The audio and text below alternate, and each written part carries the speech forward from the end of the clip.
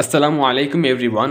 আজকে আমরা খুলনা বিশ্ববিদ্যালয়ে 2015-16 শিক্ষাবর্ষে ভর্তি পরীক্ষায় আসা হায়ার ম্যাথের রিটেন কোশ্চেনগুলো সলভ করব। আমাদের খুলনা বিশ্ববিদ্যালয় কোশ্চেন ব্যাংক সলভ সিরিজের ফুল প্লে লিস্ট লিঙ্ক আমাদের এই ক্লাসের ডিসক্রিপশন বক্সে এবং কমেন্ট বক্সে দেওয়া থাকবে, এবং আজকের ক্লাসের লেকচার নোটের পিডিএফটিও তোমরা কমেন্ট বক্সে পেয়ে যাবে। চলো আজকের প্রথম প্রশ্নটা সলভ করা যাক। প্রশ্নটি এসেছে বৃত্ত থেকে। প্রশ্নে বলা হয়েছে 3x + by - 1 = 0 রেখাটি এই বৃত্তকে স্পর্শ করলে b এর মান বের করো। তো কোনো একটা রেখা একটা বৃত্তকে স্পর্শ করার যে শর্ত, সেই শর্ত হচ্ছে কেন্দ্র থেকে, শর্তটা হচ্ছে বৃত্তের কেন্দ্র হতে স্পর্শকের দূরত্ব, কেন্দ্র হতে স্পর্শকের দূরত্ব = ব্যাসার্ধ হবে। তো এই শর্তটা অ্যাপ্লাই করেই কিন্তু আমরা বি এর মানটা পেয়ে যাব। তো বুঝতেই পারতেছো, ফার্স্ট অফ অল আমাদের এই বৃত্তের কেন্দ্র এবং ব্যাসার্ধ জানা লাগবে। আচ্ছা, তো আমরা এখন কেন্দ্র বের করব। তো বৃত্তের কেন্দ্র বের করার সূত্র হচ্ছে এক্সের সহগ ডিভাইডেড বাই -2। এখানে এক্সের সহগ হচ্ছে -8, তো -8কে আমরা -2 দিয়ে ভাগ করব। একইভাবে ওয়াই এর সহগ হচ্ছে -2, এটাকেও আমরা -2 দিয়ে ভাগ করব। তাহলে আমরা পেয়ে যাব -8 ভাগ -2, এটা করলে আসে 4, এবং এখানে ভাগ করলে আসবে 1। তাহলে এক্স এবং ওয়াই এর সহগকে যদি আমরা -2 দিয়ে ভাগ করে দেই তাহলেই কেন্দ্র পাওয়া যায়। আচ্ছা, তো এটা হচ্ছে আমাদের -g, -f এর মান হচ্ছে 4,1।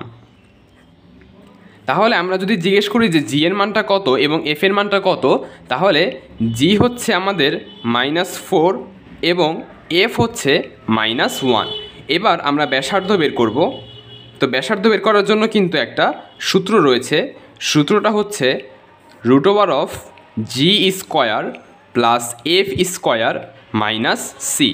তো দেখো, আমরা কিন্তু একটু আগে জি এর মানটা বের করেছি।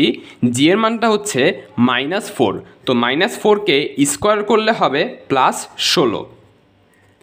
তারপর হচ্ছে f², এফ হচ্ছে আমাদের -1। আমরা যদি -1কে স্কোয়ার করি তাহলে কিন্তু +1ই আসবে।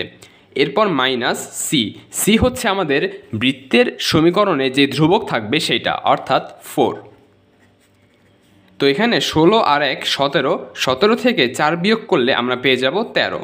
তাহলে ব্যাসার্ধ হচ্ছে √13। এবার আমরা এই শর্তটা লিখে ফেলব, কেন্দ্র হতে স্পর্শকের দূরত্ব, অর্থাৎ আমরা এই যে কেন্দ্রবিন্দুটা পেয়েছি 4,1, এই বিন্দু হতে স্পর্শকের দূরত্বটা বের করব। তো একটা বিন্দু হতে একটা রেখার দূরত্ব বের করার যে সূত্র, সেটা ছিল প্রথমেই বিন্দুটা দিয়ে রেখাকে সিদ্ধ করতে হয়। তাহলে আমরা এক্সের জায়গায় বসাবো 4 এবং ওয়াই এর জায়গায় বসাবো 1। তাহলে 3 × 4 + b × 1 - 1। এরপর আমরা এখানে মডুলাস দিয়ে দিব, ডিভাইডেড বাই √, এখানে হবে রেখার সমীকরণে যে এক্সের সহগ ছিল তার স্কোয়ার প্লাস ওয়াই এর সহগের স্কোয়ার। তো এখানে হবে এক্সের সহগ অর্থাৎ 3² প্লাস ওয়াই এর সহগ অর্থাৎ b² = হবে ব্যাসার্ধ। আমরা কিন্তু এটাই বলেছিলাম যে কেন্দ্র হতে স্পর্শকের দূরত্ব এইটা ব্যাসার্ধের সমান হবে। আচ্ছা, তো এখান থেকে কিন্তু আমরা বি এর মানটা পেয়ে যাব। তো এখানে যদি আমরা উপরে গুণ করি তাহলে 3 4 হয় 12, 12 - 1 করলে আমরা পেয়ে যাব 11। আর এখানে রয়েছে +b, তো বিটাকে আমরা শুরুতে লিখতেছি, তাহলে হলো b + 11। আর নিচে আমাদের হলো 3কে স্কোয়ার করলে 9 প্লাস b²। এই পাশে রয়েছে √13। তো যেহেতু রুট রয়ে গেছে, তো এই জন্য দুই পাশে আমাদেরকে স্কোয়ার করতে হবে। আমরা পাশেও স্কোয়ার করে দিচ্ছি, এই পাশেও স্কোয়ার করে দিচ্ছি। আচ্ছা, তো বুঝতে পারতেছো, এবার উপরে a + b² সূত্র লিখতে হবে। সূত্রটা হচ্ছে a² + 2ab, অর্থাৎ 11 × 2 = 22, b প্লাস হচ্ছে b² মানে 11²। তো 11কে স্কোয়ার করলে হবে 121। যদি আমরা এটাকে স্কোয়ার করি তাহলে রুট এবং স্কোয়ার কিন্তু কাটাকাটি যাবে, থাকবে 9 + b² = এখানে রুট আর স্কোয়ার কাটাকাটি গিয়ে 13 থাকতেছে। আচ্ছা, তো এবার আমরা আর গুণন করতে পারি। এখানে 13 এবং 9 গুণ করব।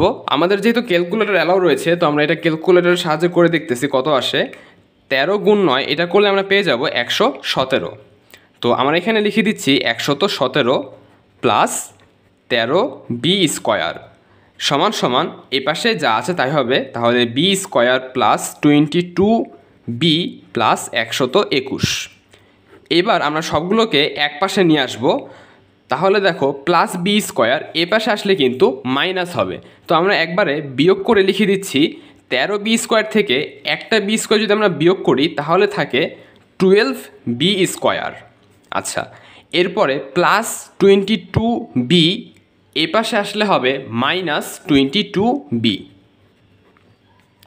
তারপর প্লাস 121 এই পাশে গেলে কিন্তু মাইনাস হবে। তো 117 থেকে 121 বিয়োগ করলে আমরা পেয়ে যাব -4। তো দেখো আমরা কিন্তু একটা দ্বিঘাত রাশি পেয়ে গেছি। এখান থেকে আমাদেরকে বি এর মানটা বের করতে হবে। তো এই জিনিসটাও আমরা ক্যালকুলেটরের সাহায্যে খুব ইজিলি করতে পারি। আমি দেখিয়ে দিচ্ছি যে কীভাবে করতে হবে। তো এটা করার জন্য আমাদেরকে ফার্স্ট অফ অল ইকুয়েশন মোডে যেতে হবে। এর জন্য আমরা এখানে মেনু বা মোড অপশনে ক্লিক করব। তারপর একটু নিচে গেলে আমরা দেখতে পাচ্ছি এখানে ইকুয়েশন নামে একটি অপশন রয়েছে। এখানে যাওয়ার জন্য কিন্তু এ লিখতে হবে। তো আমরা এখানে আলফা, এরপরে যে এখানে ব্র্যাকেটের মধ্যে মাইনাস যে চিহ্ন রয়েছে এখানে চাপ দিব, তাহলেই এ লেখা উঠবে এবং আমরা ইকুয়েশনে চলে যাব। তো এখানে দুটো ইকুয়েশন রয়েছে, একটা হচ্ছে সাইমুল ইকুয়েশন, একটা হচ্ছে পলিনোমিয়াল ইকুয়েশন।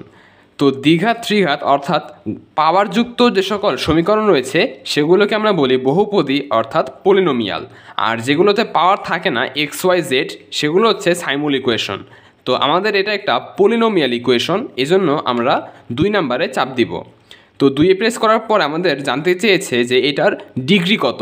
ডিগ্রি মানে হচ্ছে এখানে সর্বোচ্চ যে ঘাত, সর্বোচ্চ পাওয়ারটা। তো সর্বোচ্চ পাওয়ার হচ্ছে 2, এই জন্য আমরা এখানে 2 প্রেস করব। আচ্ছা, এবার সমীকরণে মানগুলো বসাতে হবে। আমাদের এখানে চলক হচ্ছে বি আর এখানে হচ্ছে এক্স। তো এখানে জানতে চেয়েছে যে x² সহগ কত, অর্থাৎ b² সহগ কত, সেটা হচ্ছে 12। তো আমরা এখানে 12 লিখব এবং ইকুয়াল চিহ্নে চাপ দিব। তাহলে দেখতে পাচ্ছ এখানে কিন্তু 12 উঠে গিয়েছে। এরপর জানতে চেয়েছে এক্সের সহগ অর্থাৎ বি এর সহগ, সেটা হচ্ছে -22। তো ইকুয়াল চিহ্নে চাপ দিব। এরপর ধ্রুবকটা হচ্ছে আমাদের -4। তো এখানে আমরা -4 লেখার পরে ইকুয়াল চিহ্নে চাপ দিব।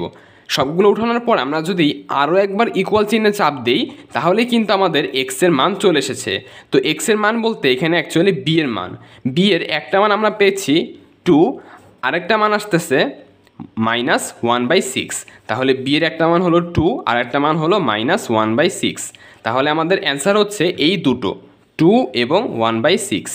আমাদের প্রশ্নে বি এর মানটাই বের করতে বলা হয়েছিল, তাহলে এটাই হচ্ছে নির্ণয় অ্যান্সার। 2 নম্বরে 2টি প্রশ্ন এসেছে। চলো আমরা প্রথমে ফার্স্টের কোশ্চেনটা সলভ করি। তো এখানে বলা হয়েছে যে এ এর মান কত হলে AI cap -2J cap plus K cap এবং 2AI cap -AJ cap -4K cap vector দুটি পরস্পর লম্ব হবে। আমরা জানি দুটি ভেক্টর পরস্পর লম্ব হলে তাদের ডট গুণফল 0 হয়।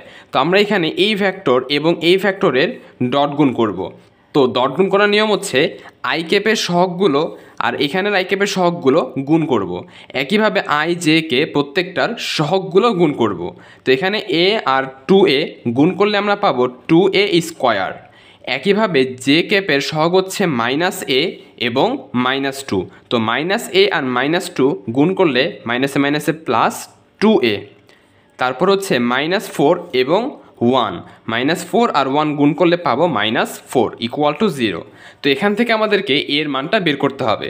এটাও কিন্তু আমরা চাইলে আগের মতো ক্যালকুলেটরের সাহায্যে করতে পারি। ক্যালকুলেটর ছাড়া কীভাবে করতে হবে সেটাও দেখিয়ে দিচ্ছি। তো এখানে যেহেতু 2 রয়েছে আমরা সবাইকে 2 দিয়ে ভাগ করতে পারি, A² প্লাস A -2। আচ্ছা, তো এবার আমরা খুব সহজেই মিডল টার্ম করতে পারি।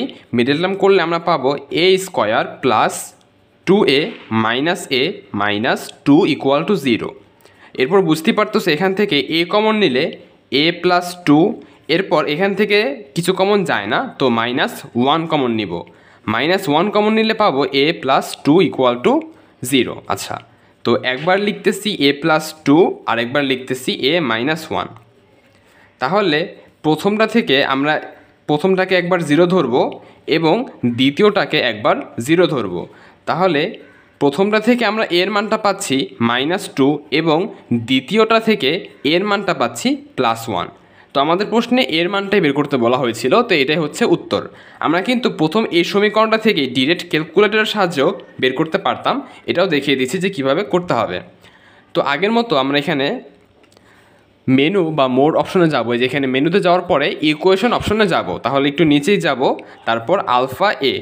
আচ্ছা, এবার এটা যেহেতু দ্বিঘাত রাশি, তো আমরা পলিনোমিয়াল অর্থাৎ 2 নাম্বারটা সিলেক্ট করব, তারপরে ঘাত 2, এজন্য আমরা এখানে 2-এ চাপ দিব। আচ্ছা, এবার এই সমীকরণটা এখানে তুলে ফেলব। তো সমীকরণটা হচ্ছে 2a², তাহলে x স্কোয়ারের সহগ লিখব 2, এখানে লিখে দিচ্ছি 2, তারপর সমান সমান দিব। এরপর x এর সহগ হচ্ছে 2 সমান সমান, তারপর ধ্রুবক হচ্ছে -4।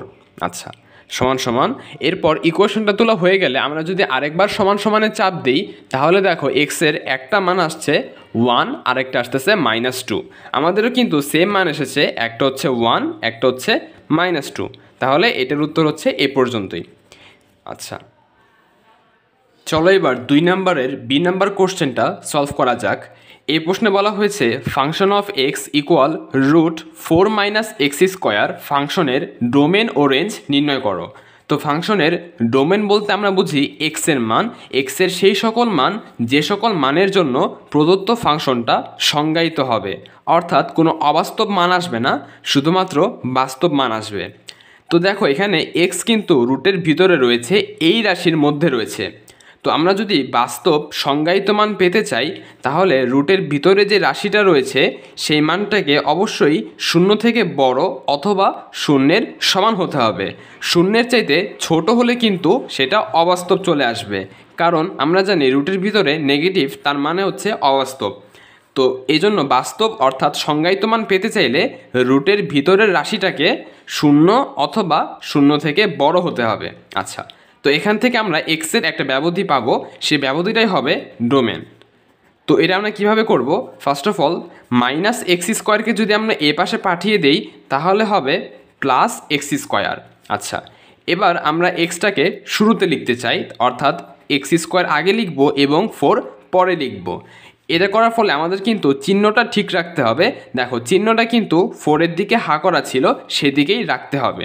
আচ্ছা, এরপর স্কোয়ার এ পাশে গেলে হবে +- অর্থাৎ আমরা যদি স্কোয়ারটাকে এই পাশে পাঠিয়ে দিই, তাহলে হবে x <2, x <2। তো এই জিনিসটাকে +- আমরা এভাবে লিখে থাকি, শুরুতে লিখব -2 x, অর্থাৎ মাঝখানে x লিখব এবং লাস্টে 2 লিখব।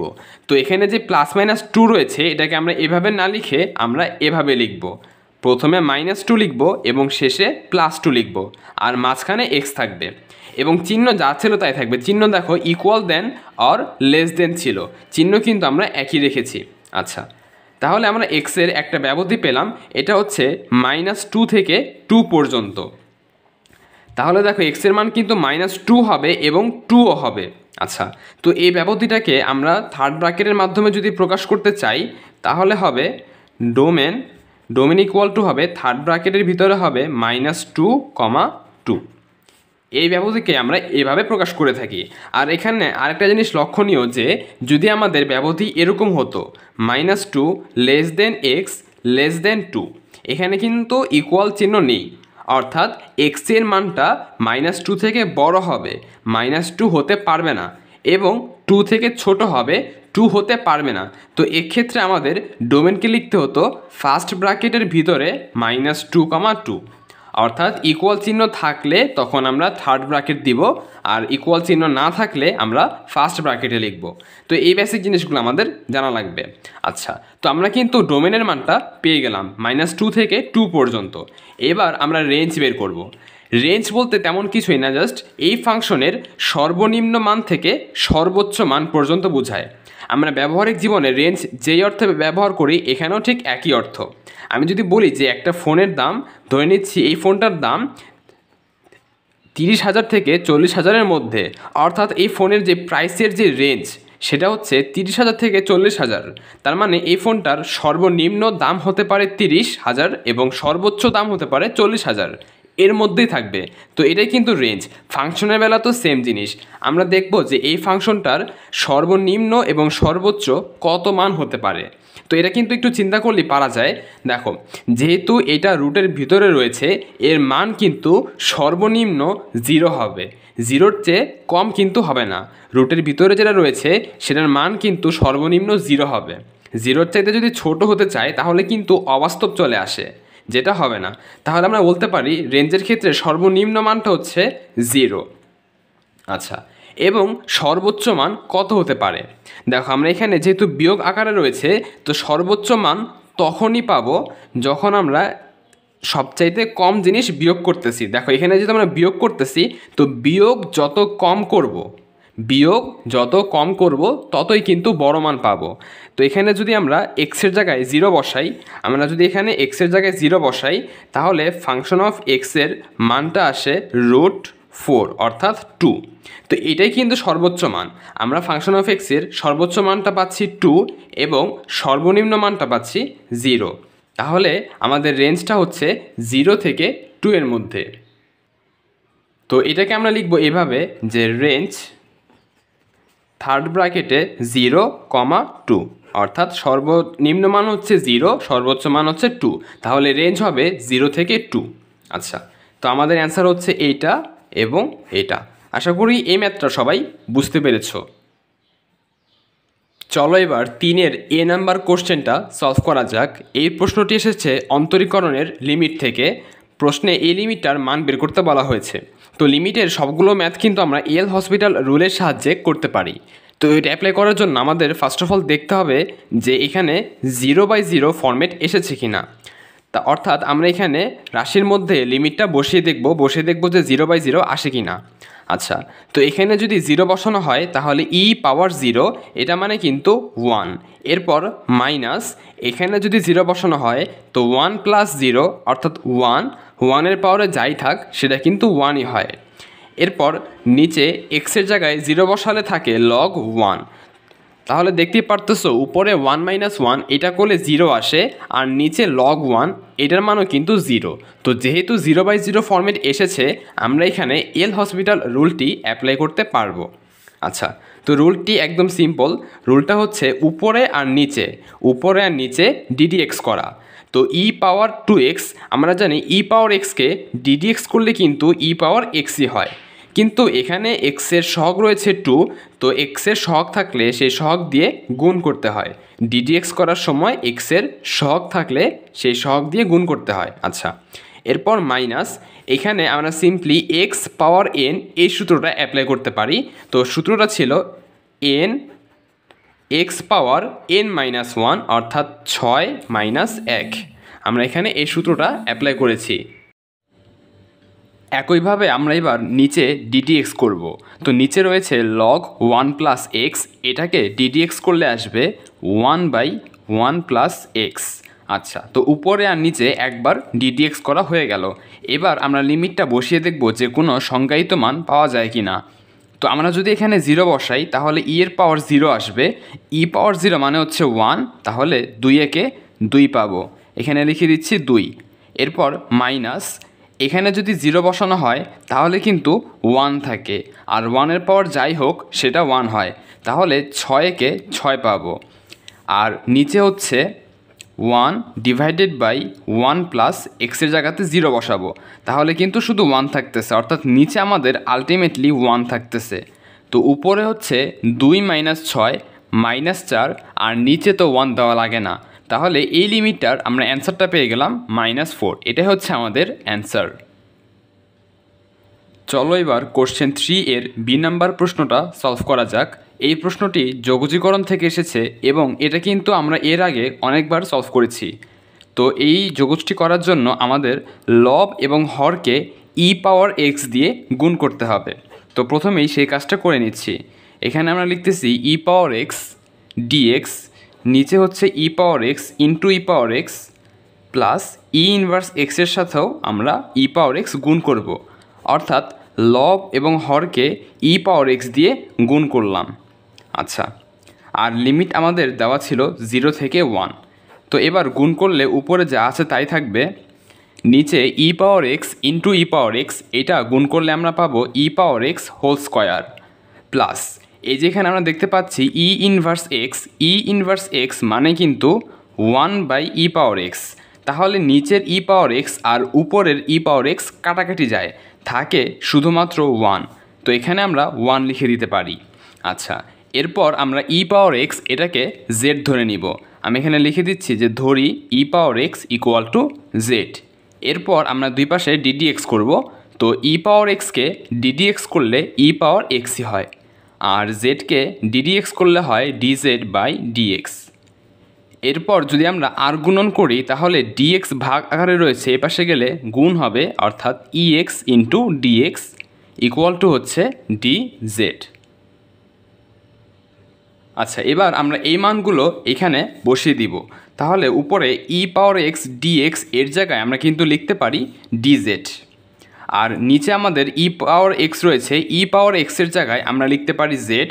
আগে থেকে স্কোয়ার ছিল তাই স্কোয়ার দিয়ে দিলাম। এরপর হচ্ছে +1। আচ্ছা, আর এখানে লিমিটটা কিন্তু 0 থেকে 1। এরপর আমরা যেহেতু এই লাইনে চলক চেঞ্জ করে ফেলেছি, তার জন্য কিন্তু লিমিটটাও চেঞ্জ করতে হবে। তো লিমিট চেঞ্জ করলে কত হবে সেটা আমি এখানে দেখিয়ে দিচ্ছি। উপরে হচ্ছে আমাদের এক্স, নিচে হচ্ছে জেড। আচ্ছা, তাহলে উপরে আমরা এক্সের লিমিটগুলো লিখে ফেলব। লিমিটগুলো হচ্ছে 0 এবং 1। আচ্ছা, এবার এক্সের এই মানগুলো আমরা এইখানে বসিয়ে দিব। তাহলে জেডের যে মানটা পাবো সেটা আবার এখানে লিখে ফেলব। তো এক্সের মান যদি 0 বসানো হয় তাহলে ই পাওয়ার 0, তো ই পাওয়ার 0 করলে আসবে 1। এরপর এক্সের মান যদি 1 বসানো হয় তাহলে ই পাওয়ার 1, এটা করলে ই আসবে। অর্থাৎ এবার আমরা 0 এর জায়গায় লিখব 1, অর্থাৎ লোয়ার লিমিট যে ছিল 0 সেই জায়গায় আমরা লিখব 1, এবং আপার লিমিট ছিল 1 সে জায়গায় আমরা লিখব ই। তো আপার লিমিট বসিয়ে দিলাম ই। আচ্ছা, এবার এই যোগষ্টি করার সরাসরি কিন্তু সূত্র রয়েছে 1/z² + 1, এটাকে ইন্টিগ্রেট করলে আসবে tan ইনভার্স জেড, আর লিমিট হচ্ছে আমাদের ই এবং 1। আচ্ছা, তো আমরা এবার লিমিটটা এখানে বসিয়ে দিব।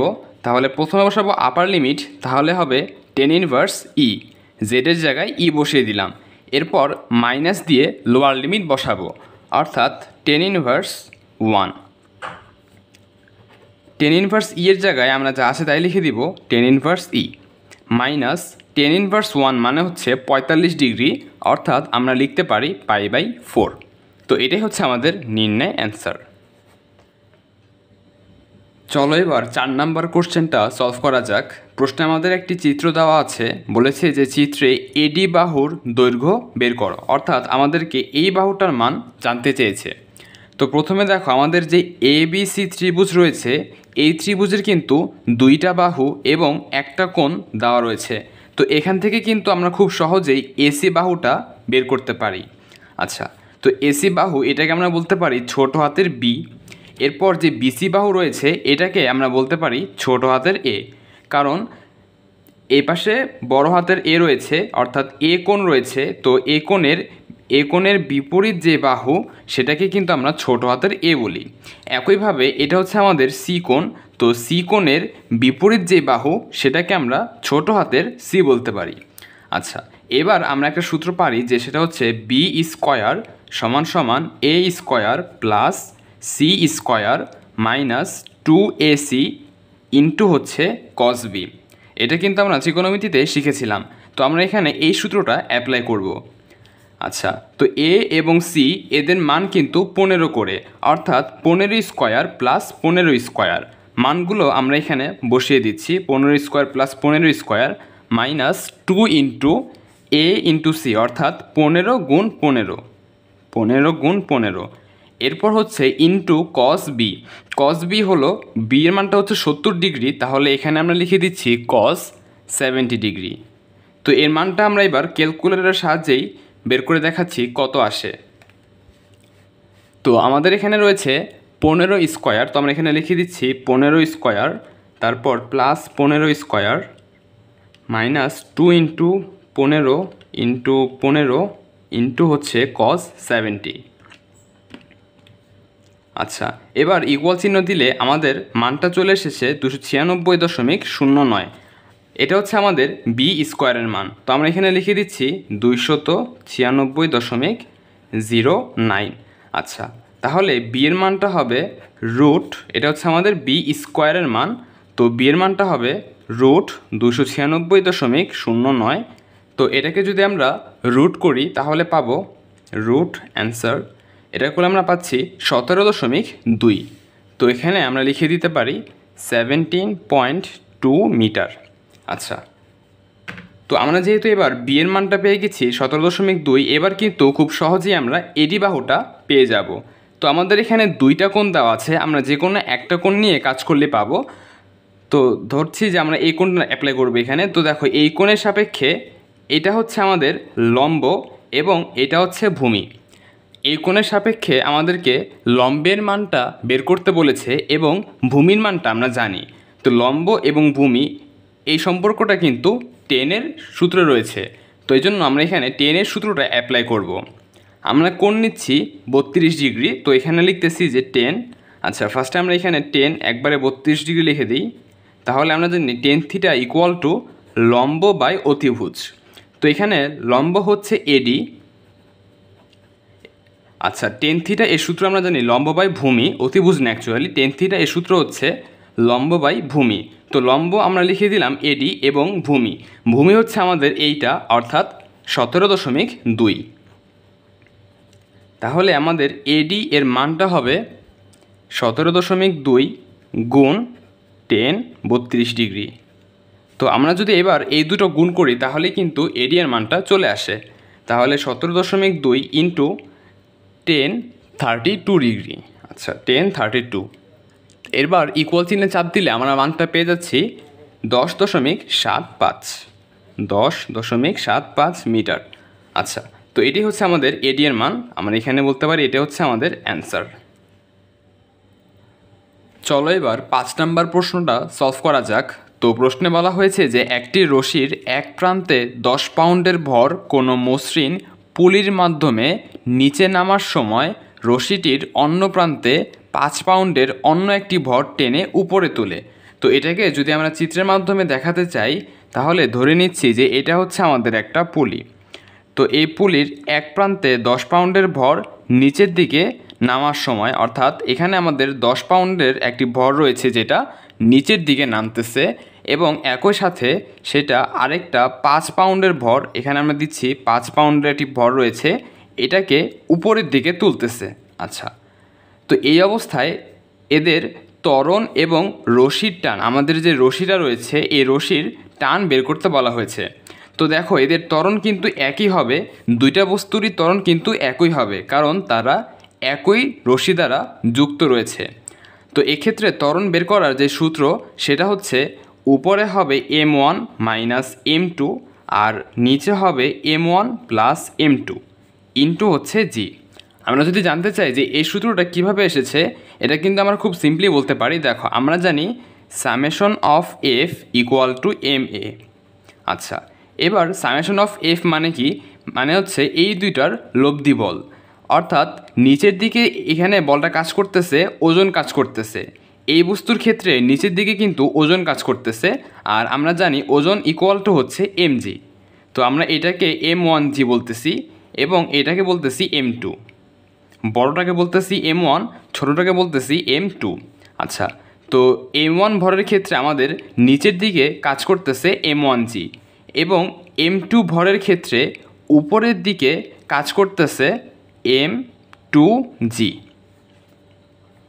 আচ্ছা, এখানেও আমাদের অ্যাকচুয়ালি m2gটা নিচের দিকে কাজ করতেছে, বাট বস্তুটা যেহেতু উপরের দিকে যাচ্ছে এই জন্য আমরা বলতেছি যে বলটা উপরের দিকে। আচ্ছা, তাহলে এবার দেখো, দুটি বল যখন পরস্পর বিপরীতমুখীভাবে কাজ করে তখন এদের লব্ধি কিন্তু হয় দুইটার বিয়োগফল। এখানে আমরা ক্লিয়ার করি যে ওজনটা কিন্তু নিচের দিকে কাজ করতেছে, ঠিক আছে, বাট বস্তুটা যেহেতু উপরের দিকে যাচ্ছে এজন্য আমরা বলতেছি যে বলটা অ্যাকচুয়ালি উপরের দিকে ক্রিয়ারত। আচ্ছা, তাহলে এদের লব্ধি বল হবে এই দুইটার বিয়োগফল। তাহলে আমাদের লব্ধি বল সামেশন অফ এফ এই জায়গায় আমরা লিখতে পারি m1g minus m2g equal to হচ্ছে ma। তো এখানে m মানে কিন্তু টোটাল ভর অর্থাৎ m1 যোগ m2, এখানে m বলতে আমরা বোঝাচ্ছি টোটাল ভর অর্থাৎ m1 যোগ m2। তো এবার যদি আমরা এখান থেকে এর মানটা বের করতে চাই তাহলে দেখো এখান থেকে g কমন যায়, g কমন নিলে আমরা লিখতে পারি m1 minus m2 into g, আর এখানে m গুণ আকারে আছে, এটাকে এই পাশে পাঠিয়ে দিলে ভাগ হবে, তো ভাগ হচ্ছে m, আর m মানে আমরা বলতে পারি m1 প্লাস m2 অর্থাৎ টোটাল ভর। তাহলে এই পাশে শুধু a থাকে, তাহলে দেখো এই সূত্র কিন্তু আমরা এটাই লিখেছি। আচ্ছা, তো পরীক্ষার সময় আমরা কিন্তু চাইলে সরাসরি সূত্রটাই লিখে দিতে পারি। এবার আমরা এখানে জাস্ট মানগুলো বসাবো। তো m1 হচ্ছে আমাদের 10 পাউন্ড মাইনাস m2 হচ্ছে 5 পাউন্ড, নিচে একইভাবে 10 যোগ 5 ইন্টু জি এর মানটা হচ্ছে 9.8। তো এটা যদি আমরা ক্যালকুলেশন করি তাহলে মানটা পাবো, উপরে হচ্ছে আমাদের 10 মাইনাস 5 অর্থাৎ 5, আর নিচে হচ্ছে 10 যোগ 5 অর্থাৎ 15 ইন্টু হচ্ছে 9.8। তাহলে আমরা ত্বরণের মানটা পেয়ে যাব 3.27। আমাদের ত্বরণের মানটা হচ্ছে 3.27। আর দেখো এখানেও ভরের মান পাউন্ডে আছে, এখানেও পাউন্ডে আছে, তো পাউন্ড পাউন্ড কিন্তু কাটাকাটি যাবে। ত্বরণের একক যেটা এখানেও সেইটাই বসবে, অর্থাৎ মিটার পার সেকেন্ড স্কোয়ার হবে। আচ্ছা, এবার আমরা রশির টান বের করব। তো টান বের করার জন্য যে সূত্র রয়েছে সেটা হচ্ছে T সমান সমান 2m1 m2 divided by m1 plus m2 into হচ্ছে g।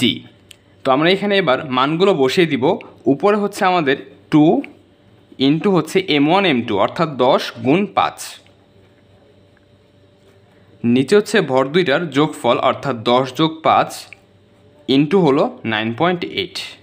তো এই মানগুলো যদি আমরা ক্যালকুলেটরে বসিয়ে দিই তাহলে উপরে হচ্ছে আমাদের 10 দুগুণে 20, 5 20 100, আর নিচে হচ্ছে 10 যোগ 5 অর্থাৎ 15 ইন্টু হচ্ছে 9.8।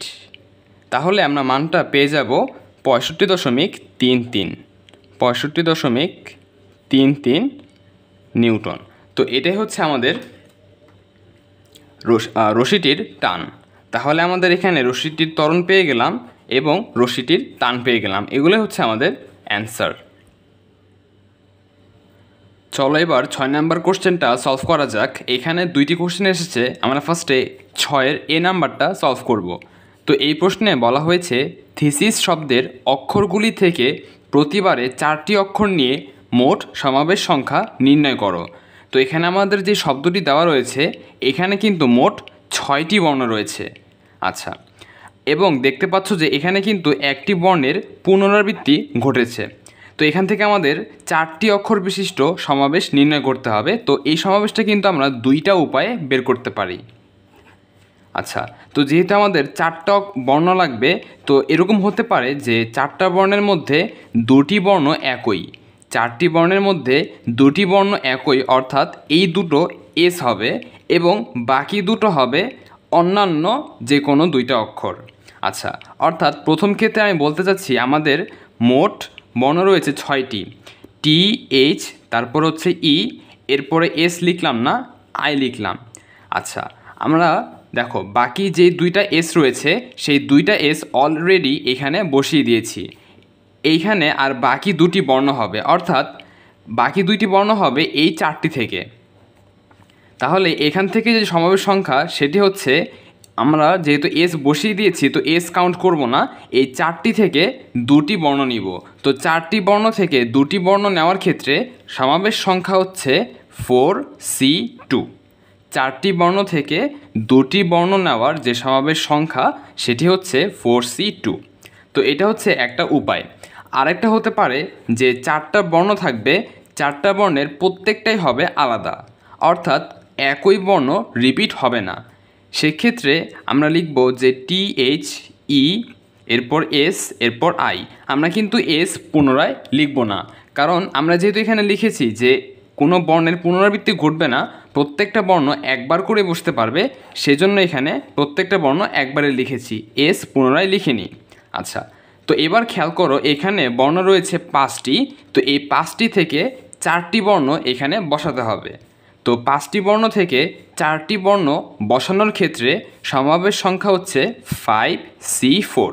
5টি থেকে 4টি বসাবো এজন্য 5C4, আর এখানে 4টি থেকে 2টি বসাতাম এজন্য 4C2।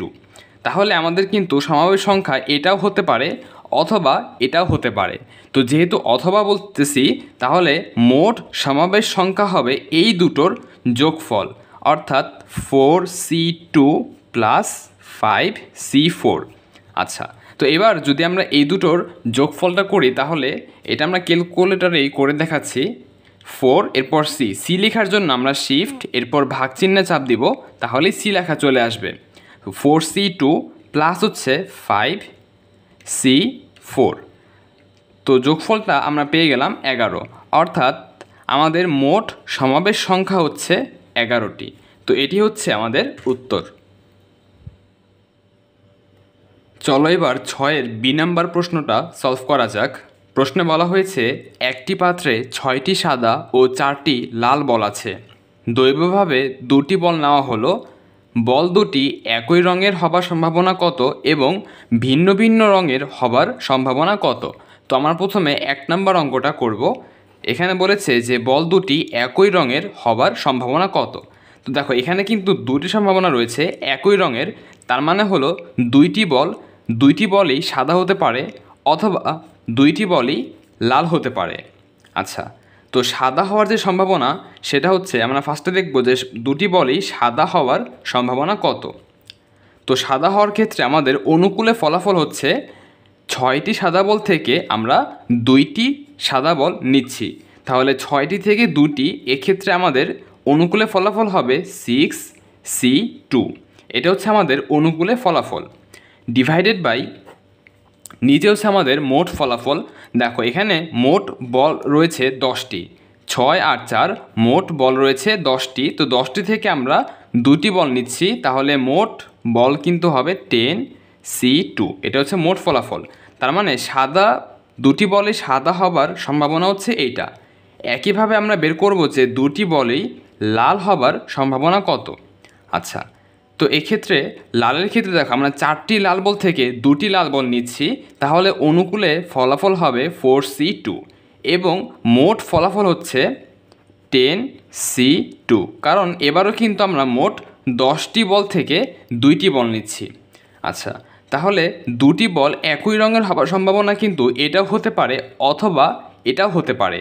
তো যেহেতু আমরা অথবা বলতেছি, তাহলে কিন্তু এই দুটি সম্ভাবনা যোগ করতে হবে, অর্থাৎ আমরা বলতে পারি 6C2 divided by 10C2 plus 4C2 divided by 10C2। আচ্ছা, এখানে যেহেতু হর দুটো একই, তাহলে আমরা লসাগু করে বলতে পারি নিচে 10C2 আর উপরে বলতে পারি 6C2 প্লাস 4C2। আমরা জাস্ট লসাগু করেছি। এবার বাকিটুকু আমরা ক্যালকুলেটরের সাহায্যে করে দেখাচ্ছি।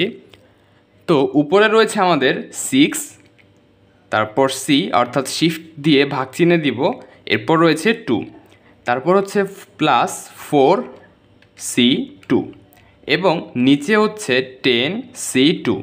তাহলে আমরা মানটা পেয়ে গেলাম 7/15, অর্থাৎ 2টি বল একই রঙের হবার সম্ভাবনা হচ্ছে 7/15। আচ্ছা, এবার আমরা 2 নাম্বারটা করব। তো 2 নাম্বার বলছে যে বল দুটি ভিন্ন ভিন্ন রঙের হবার সম্ভাবনা কত। তো এটা মানে হচ্ছে একটি বল সাদা হবে এবং একটি বল লাল হবে। 2টি বল ভিন্ন হওয়া মানে কিন্তু বোঝায় যে একটি বল হবে সাদা আর একটি হবে লাল। তাহলে আমাদের মোট সাদা বল ছিল 6টি, তো 6টি সাদা বল থেকে আমরা একটি সাদা বল নিতে পারবো, এবং যেহেতু এবং বলতেছি আমাদের কিন্তু গুণ করতে হবে। 6টি সাদা বল থেকে একটি নিয়েছি এবং 4টি লাল বল থেকেও একটি নিতে হবে, তাহলেই কিন্তু একমাত্র বল দুটি ভিন্ন ভিন্ন হতে পারে।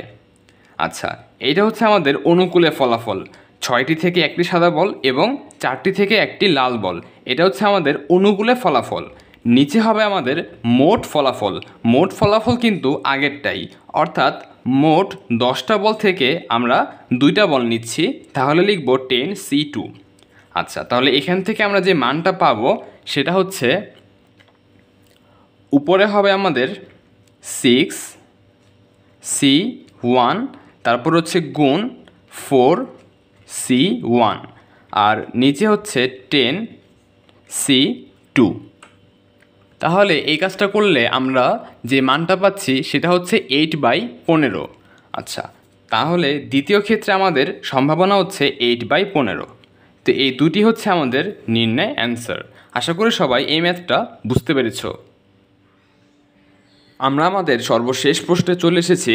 প্রশ্নে বলা হয়েছে যে 101.101 এই সংখ্যাটা আছে দশমিকে, এটাকে বাইনারিতে প্রকাশ করতে বলা হয়েছে এবং বাইনারিতে প্রকাশিত সংখ্যাকে পুনরায় দশমিকে প্রকাশ করে উত্তরের সত্যতা যাচাই করতে বলা হয়েছে। তো আমরা জানা আইসিটি পড়েছি, এটা কিন্তু খুব সহজে আমরা সলভ করতে পারবো। তো আমরা ফার্স্টে এখানে এই ম্যাথটাকে দুইটা পার্টে ভাগ করব। দশমিকের আগে যে পূর্ণ সংখ্যা রয়েছে আমরা প্রথমে এইটাকে বাইনারিতে প্রকাশ করব, অর্থাৎ 101 এটাকে বাইনারিতে প্রকাশ করব। তো এটা করার নিয়ম হচ্ছে আমরা 101কে 2 দিয়ে ভাগ করব। প্রত্যেকবার 2 দিয়ে ভাগ করব। ভাগ করার ফলে যে ভাগফলটা আসবে সেটা আমরা এইখানে লিখব এবং ভাগশেষটা আমরা এইখানে লিখব। তো দেখো 101কে যদি আমরা 2 দিয়ে ভাগ করি তাহলে 50 দুগুণে 100, আর তাহলে ভাগশেষ থাকে 1। তো বুঝতে পারতেছো এটা হচ্ছে আমাদের ভাগফল, এটা হচ্ছে ভাগশেষ। তো এই যে ভাগফলটা এটা আমরা লিখব এইখানে এবং ভাগশেষটা লিখব আমরা এইখানে। আচ্ছা, এবার পুনরায় 2 দিয়ে ভাগ করব। তো 25কে 50কে 2 দিয়ে ভাগ করলে ভাগফল হয় 25 এবং এক্ষেত্রে কিন্তু ভাগশেষটা 0 হয়। আচ্ছা, এবার আমরা আবারও 25কে 2 দিয়ে ভাগ করব, তাহলে আসবে 12, 12 দুগুণে 24, ভাগশেষ থাকে 1। এবার 12কে যদি 2 দিয়ে ভাগ করা হয় তাহলে 6 দুগুণে 12, তাহলে কোনো ভাগশেষ থাকতেছে না, 0। এরপর 6কে 2 দিয়ে ভাগ করা হলে 3 দুগুণে 6, তাহলে কিন্তু ভাগশেষ থাকে না, অর্থাৎ ভাগশেষ হচ্ছে আমাদের 0। তো আমরা এখানে 0 লিখে দিচ্ছি। এরপর 3কে 2 দিয়ে ভাগ করলে 2 একে 2, 2 একে 2 হয়, ভাগশেষ কিন্তু 1 থাকে। আচ্ছা, এইবার দেখো এখানে 1 চলে এসেছে। আমরা যদি এবার 1কে 2 দিয়ে ভাগ করি তাহলে কিন্তু ভাগফলটা 0 লিখতে হবে। আমরা যদি 1ও লিখি তাহলে কিন্তু 2 একে 2, আমি এটা এখানে করে দেখাচ্ছি। আমরা 1কে 2 দিয়ে ভাগ করতেছি, তাহলে এখানে হবে 0। 2 গুণ 0 করলে কিন্তু 0 আসে, এতে ভাগশেষ থাকে 1। আমরা যদি এখানে 0 না দিয়ে 1 দেই তাহলে 2 একে 2, এটা কিন্তু বেশি হয়ে যায়, এজন্য 1 দিতে পারবো না, 0 দিতে হবে। তো 0 গুণ 2 করলে 0 আসে, ভাগশেষ থাকে 1, অর্থাৎ ভাগফল 0, ভাগশেষ 1। আমরা এটা এখানে তাই লিখেছি। আচ্ছা, তো এবার যেহেতু এখানে 0 এসে পড়েছে, এরপর আর করা লাগবে না। আমাদের বাইনারিতে যে মান সেটা হচ্ছে নিচে থেকে উপরের দিকে। আচ্ছা, অর্থাৎ আমরা যে প্রথমে 101 লিখেছিলাম, 101 এটা ছিল আমাদের দশমিকে, এটাকে বাইনারিতে প্রকাশ করলে হবে আমরা নিচে থেকে উপরের দিকে লিখব, অর্থাৎ 1 1 0 0 1 1 0 0, তারপর হচ্ছে 1 0 1। এটা হচ্ছে এতটুক সংখ্যার বাইনারি রূপ। আচ্ছা, এবার আমাদেরকে দশমিকের পরে যেটা রয়েছে, আমাদের কিন্তু দশমিকের পরে ছিল 101। এবার এইটাকে বাইনারিতে প্রকাশ করতে হবে। তো দশমিক যুক্ত সংখ্যাকে বাইনারিতে প্রকাশ করার জন্য 2 দিয়ে ভাগ নয়, আমরা 2 দিয়ে গুণ করি। পূর্ণ সংখ্যার ক্ষেত্রে আমরা 2 দিয়ে ভাগ করি এবং দশমিকের ক্ষেত্রে আমরা 2 দিয়ে গুণ করি। তো এখন আমরা 0.101 এটাকে 2 দিয়ে গুণ করব। আচ্ছা, তো গুণটা আমি এখানে করে দেখাচ্ছি। 0.101 এটাকে যদি আমরা 2 দিয়ে গুণ করি তাহলে পাবো 0.202। একইভাবে আমরা যে গুণফলটা পেয়েছি সেটাকে আবারও 2 দিয়ে গুণ করব। আমরা এইভাবে প্রত্যেকবার 2 দিয়ে গুণ করতে থাকব, তাহলে এখানে আসবে 0.404। এবার 0.404কে আবারও 2 দিয়ে গুণ করব, তাহলে 0.404 এটাকে 2 দিয়ে গুণ করলে আসবে 0.808। আচ্ছা, এবার 0.808 এটাকে আমরা 2 দিয়ে গুণ করব। আচ্ছা, তো এটা কিন্তু 1 পয়েন্ট সামথিং আসবে। গুণফলটা আমরা ক্যালকুলেটরের সাহায্যে করে দেখাচ্ছি। আমরা যদি এখানে লিখি 0.808 গুণ 2, আচ্ছা এখানে হচ্ছে গুণ 2, তাহলে মানটা পাচ্ছি আমরা 1.616।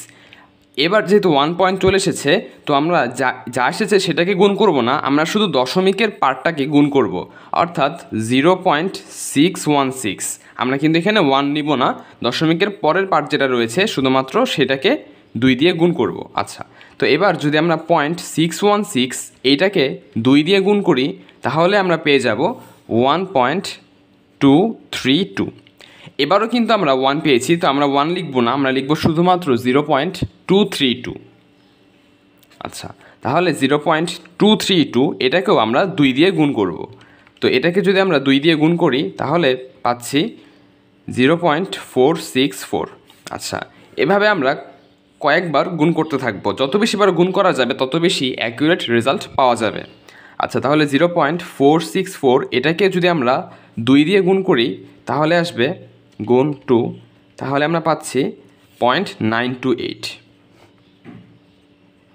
এবার 0.928 গুণ 2, তাহলে আমরা পাবো 1.856। আচ্ছা, 0.928 গুণ 2, তাহলে পাচ্ছি 1.856। এরপর 0.856 এটাকেও যদি নাকি 2 দিয়ে গুণ করা হয় তাহলে আমরা পাচ্ছি 1.712। তাহলে বুঝতে পারতেছো, এরপর আমাদেরকে 0.712 যেটা পেয়েছি সেটাকে 2 দিয়ে গুণ করতে হবে। তাহলে 0.712 গুণ 2, 0.712 গুণ 2, তাহলে আমরা পাই 1.424। আচ্ছা, এবার 0.424 যেটা পেয়েছি এটাকে যদি আমরা আবারও 2 দিয়ে গুণ করি তাহলে 0.424 গুণ 2, তাহলে আসবে 0.848, 0.848। আচ্ছা, এবার 0.848 এটাকে 2 দিয়ে গুণ করলে গুণ 2, তাহলে আমরা পাচ্ছি 1.696। আচ্ছা, আমরা একটু দেখে নিচ্ছি যে আমাদের কয়টা সংখ্যা পেয়েছি আমরা এখানে, 1 2 3 4 5 6 7 8 9 10 11 12। আচ্ছা, আমরা মোটামুটি 12 সংখ্যা পেয়েছি। আমরা চাইলে 13 14 বার আরও কয়েকবার গুণ করতে পারি বা এই পর্যন্ত রাখলেও হবে। আচ্ছা, এবার তাহলে আমরা বাইনারিতে যে মানটা সেটা লিখে ফেলতেছি। তো আমরা 0.101 এইটাকে বাইনারিতে প্রকাশ করেছি। আচ্ছা, তো বাইনারিতে প্রকাশ করার ফলে এই মানগুলো আমরা কিভাবে লিখব? আচ্ছা, আমাদের প্রথম যে সংখ্যা সেটা ছিল 0.202। তো আমরা শুধুমাত্র দশমিকের প্রথমে যে 0 এবং 1 রয়েছে শুধুমাত্র সেগুলো লিখব। আর আগেরবার কিন্তু আমরা নিচে থেকে উপরে গিয়েছিলাম, এবার আমাদেরকে উপর থেকে নিচে যেতে হবে। দুটো কিন্তু আলাদা প্রসেস। ভাগের বেলায় আমরা নিচে থেকে উপরে যাব, আর গুণের বেলায় আমরা উপর থেকে নিচে আসব। আচ্ছা, তাহলে এখানে সংখ্যাগুলো হচ্ছে 0 0 0, 3টাই 0, তারপর হচ্ছে 2টা 1। তো আমরা এখানে লিখে দিচ্ছি 3টা 0, তারপর হচ্ছে 2টা 1। আর এখানে যেহেতু দশমিক রয়েছে আমরা চাইলে এখানে দশমিক দিয়ে দিব। আচ্ছা, এখানে দশমিক দিয়ে দিলাম। আচ্ছা, এরপর হচ্ছে 2টা 1, তারপরে 2টা 0, 3টা 1। তাহলে আমরা এখানে লিখে দিতেছি 2টা 0 3টা 1। তারপর আমাদের ফাইনালি রয়েছে 0 এবং 1, এবং এরপর কিন্তু আরও চলতেই থাকবে। আমরা কিন্তু আর লিখিনি, বাট এরপর কিন্তু আরও গুণ করা যায়। আচ্ছা, তাহলে এরপর আমরা লিখতেছি 3টা 1-এর পরে হচ্ছে 0 1, এবং এভাবে করে কিন্তু জিনিসটা চলতেই থাকবে। এটা হচ্ছে বাইনারি আকার। তাহলে সম্পূর্ণ সংখ্যাটাকে যদি আমরা বাইনারিতে প্রকাশ করি তাহলে পাবো 101.101। এটা ছিল ডেসিমেলে। এটাকে বাইনারিতে প্রকাশ করার ফলে যেহেতু প্রথমে দশমিক সংখ্যা, আমরা প্রথমে এইটা লিখব, পরে দশমিক দিয়ে এইটা লিখে দিব। তাহলে আমরা পাই 11, তারপর হচ্ছে 00, তারপর 101, এরপর দশমিক দিয়ে এটা লিখলাম, এরপর দশমিক দিয়ে এই পুরোটা লিখে দিব, অর্থাৎ 3টা 0, তারপর হচ্ছে 2টা 1, তারপর 2টা 0, এরপর 3টা 1, তারপর হচ্ছে 0 1। আচ্ছা, তো এই হচ্ছে আমাদের বাইনারিতে প্রকাশিত সংখ্যা। আমাদের প্রশ্নে বলেছিল যে দশমিক থেকে বাইনারিতে প্রকাশ করো, এবং বাইনারিতে প্রকাশিত সংখ্যাকে আবার দশমিকে প্রকাশ করতে বলেছে। আচ্ছা, তার মানে আমরা বাইনারিতে যে সংখ্যাটা পেয়েছি সেটাকে পুনরায় দশমিকে কনভার্ট করব এবং দেখব যে এই সংখ্যাটি আসে কি না। আচ্ছা, তো বাইনারি থেকে দশমিকে যাওয়া একদম সিম্পল। আমাদের জাস্ট প্রত্যেকটা সংখ্যাকে 2 দিয়ে গুণ করতে হয়। তো আমরা এখানে যে সংখ্যাগুলো পেয়েছি প্রত্যেকটাকেই 2 দিয়ে গুণ করব। তাহলে হচ্ছে 1 গুণ 2, এবং প্রত্যেকটা যোগ করব, 2 দিয়ে গুণ করে প্রত্যেকটা যোগ করব। আচ্ছা, তো 1 গুণ 2 প্লাস হচ্ছে 1 গুণ 2 প্লাস 2টা 0 আছে, তো 2টা 0 গুণ 2 লিখে দিচ্ছি আমরা এখানে, 2টা 0 গুণ 2, তারপর হচ্ছে 1 গুণ 2, তারপর হচ্ছে 0 আর 1, তাহলে 0 গুণ 2 ইন্টু হচ্ছে 1 গুণ 2। তো আমরা দশমিকের আগ পর্যন্ত যে সংখ্যাগুলো রয়েছে সেগুলো লিখে ফেললাম। আচ্ছা, তারপর প্লাস দিয়ে দশমিকের পরেগুলো লিখব। আচ্ছা, এখানে খেয়াল করো দশমিকের আগেরগুলোর সাথে যে আমরা 2 গুণ করেছি, এবার কিন্তু এখানে পাওয়ার দেওয়া লাগবে। তো পাওয়ার দেওয়ার নিয়মটা হচ্ছে আমরা শেষের থেকে শুরু করব এবং এইখানে 0 দিয়ে শুরু করব। তো এখানে 2 এর পাওয়ার 0, এখানে 1, এখানে 2, 3, 4, 5, 6, আমরা পাওয়ারগুলো এভাবে দিব। আচ্ছা, এবার দশমিকের পরে যে সংখ্যাগুলো রয়েছে সেগুলোর সাথে 2 গুণ করব। তো দশমিকের পরে আমাদের 3টা শূন্য রয়েছে, তো আমরা এখানে লিখে দিচ্ছি 0 গুণ 2 প্লাস 0 গুণ 2 প্লাস 0 গুণ 2, 3টা শূন্যর সাথে 2 গুণ করলাম, তারপর হচ্ছে 2টা 1, তাহলে 1 গুণ 2 প্লাস 1 গুণ 2। আচ্ছা, এরপর আবার রয়েছে 2টা 0, তাহলে প্লাস 0 গুণ 2 প্লাস 0 গুণ 2, 2টা 0-র সাথে 2 গুণ করা হলো, এরপর রয়েছে 3টা 1, তাহলে আমরা এখানে লিখে দিচ্ছি প্লাস 1 গুণ 2 প্লাস 1 গুণ 2 প্লাস 1 গুণ 2, 3টা 1-এর সাথে আমরা 2 গুণ করলাম, তারপর রয়েছে 0 1, তাহলে প্লাস 0 গুণ 2 প্লাস 1 গুণ 2। আচ্ছা, তো সবগুলোর সাথে 2 গুণ করা হয়ে গেল। আচ্ছা, এবার দশমিকের পরে যে সংখ্যাগুলো থাকবে সেগুলোর ক্ষেত্রে পাওয়ার দেওয়ার নিয়মটা হচ্ছে আমরা -1 থেকে শুরু করব। এখানে কিন্তু দেখো 0 থেকে আমরা বড় সংখ্যার দিকে গিয়েছি, আর এখানে -1 থেকে শুরু করব। আচ্ছা, তাহলে -1 এটা হবে -2 অর্থাৎ ইনভার্স 2, এখানে পাওয়ার দিব -3, এখানে -4, এখানে -5, -6, -7, -8, -9, -10, -11, -12, এবং এরপরে কিন্তু আরও সংখ্যা রয়েছে। আচ্ছা, তো এবার আমরা এই সবগুলো সংখ্যা যোগ করব, যোগ করে দেখব যে 101.101 এই সংখ্যাটা আসে কি না। আচ্ছা, তো এই যোগফলটা আমরা ক্যালকুলেটরের সাহায্যেই করে দেখাচ্ছি। আমাদের ফার্স্টে হচ্ছে 1 ইন্টু 2 পাওয়ার 6, তো 1 লেখার দরকার নেই, আমরা শুধু 2 এর পাওয়ারগুলো লিখব। এবং একটা কাজ করি, এখানে যেগুলো 0 রয়েছে সেগুলো কিন্তু কাউন্ট করার দরকার নেই, কারণ 0 গুণ করলে তো এগুলো 0ই হবে। তো আমরা 0গুলোকে আলাদা মার্ক করে দিচ্ছি, এগুলো আমরা লিখব না। এখানে যে 0গুলো রয়েছে এগুলো আমরা লিখব না, শুধুমাত্র 1-এর সাথে যে সংখ্যাগুলো গুণ আকারে রয়েছে সেগুলোকে আমরা লিখব। আচ্ছা, তো এগুলো বাদ যাবে। এবার আমরা লিখতেছি, তো ফার্স্টে রয়েছে 1 ইন্টু 2 পাওয়ার 6, তাহলে আমরা এখানে লিখব 2 পাওয়ার 6, তারপর হচ্ছে প্লাস 2 পাওয়ার 5, তাহলে লিখলাম প্লাস 2 পাওয়ার 5। আচ্ছা, এরপর 0 গুণ যেহেতু রয়েছে এগুলো লিখব না, তো এরপর আমাদের রয়েছে 1 ইন্টু 2 স্কোয়ার, তাহলে এখানে আমরা লিখে দিতেছি 2 স্কোয়ার প্লাস 2 স্কোয়ার, তারপর হচ্ছে প্লাস, এটা 0 রয়েছে লিখব না। আর এখানে দেখো 2 পাওয়ার 0, 2 পাওয়ার 0 করলে কিন্তু 1 আসে। আচ্ছা, মাঝখানে এটা প্লাস হবে। আচ্ছা, তাহলে আমরা এখানে লিখতেছি প্লাস 2 পাওয়ার 0, বা শুধু 1 লিখলেও হতো। আচ্ছা, এরপরে প্লাস, এগুলো কিন্তু সবগুলোই 0, তো এগুলো আমরা লিখব না। তো এখানে রয়েছে 2 ইনভার্স 4, তো আমরা এখানে লিখে দিচ্ছি 2 পাওয়ার -4। এরপর আমাদের রয়েছে 2 ইনভার্স 5, তো আমরা এখানে লিখে দিব প্লাস 2 ইনভার্স 5, প্লাস 2 ইনভার্স 5। আচ্ছা, 2 ইনভার্স 5-এর পরে এই দুটো হবে না, এরপর আমাদের রয়েছে 2 ইনভার্স 8, 2 ইনভার্স 9, 2 ইনভার্স 10, তো আমরা এগুলো একবারে লিখে দিচ্ছি প্লাস